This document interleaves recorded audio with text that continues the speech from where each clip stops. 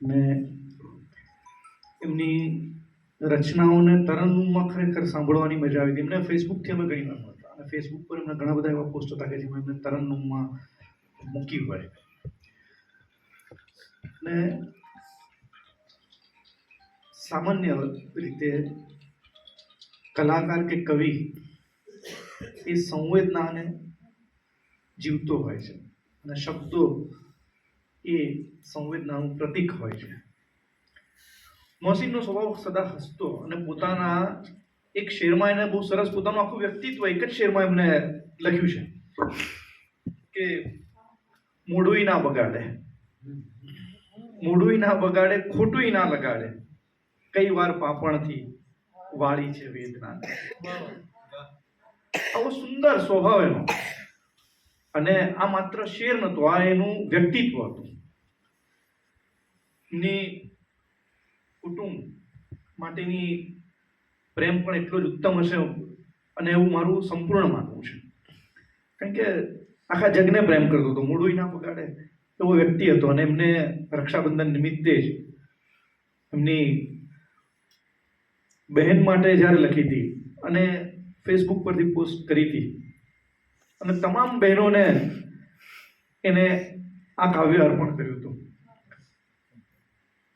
કેટલો વહાલ આમાં છલોછલ છે કે એમ થયું કે લાવ લખી દઉં બહેન માટે, તડકો લઈને છાંવ લખી દઉં બહેન માટે. ક્યા બાત, ક્યા બાત.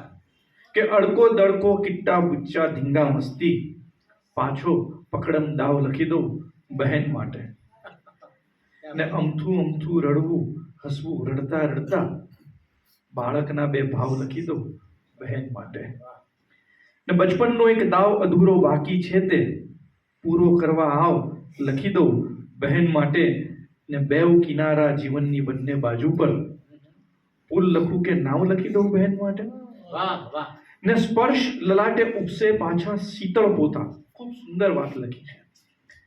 કદીક આ ઘટના આપણી સૌ સાથે બનતી હોય છે પણ બહુ જ બારીકાઈથી લખેલી છે કે સ્પર્શ લલાટે ઉપસે એ પાછા શીતળ માટે. કે સ્પર્શ લલાટે ઉપસે પાછા શીતળ પોતા. શીતળ પોતા માથા પર જ્યારે તાવ આવે ત્યારે પોતા મૂકતા હોઈએ છે કે સ્પર્શ લલાટે ઉપસે પાછા શીતળ પોતા, 100 બહેનો તાવ લખી દઉં બહેન માટે. જો આવી શીતળતા મળતી હોય તો 102 તાવમાં જીવવા હું તૈયાર છું. આવી સુંદર વાત સાથે મોહસિનને ખૂબ વંદન. આ સભામાં સૌ ઉપસ્થિત એવા એના મિત્રજનો, સ્નેહીજનો, પરિવારજનોને વંદન. અસ્તુ.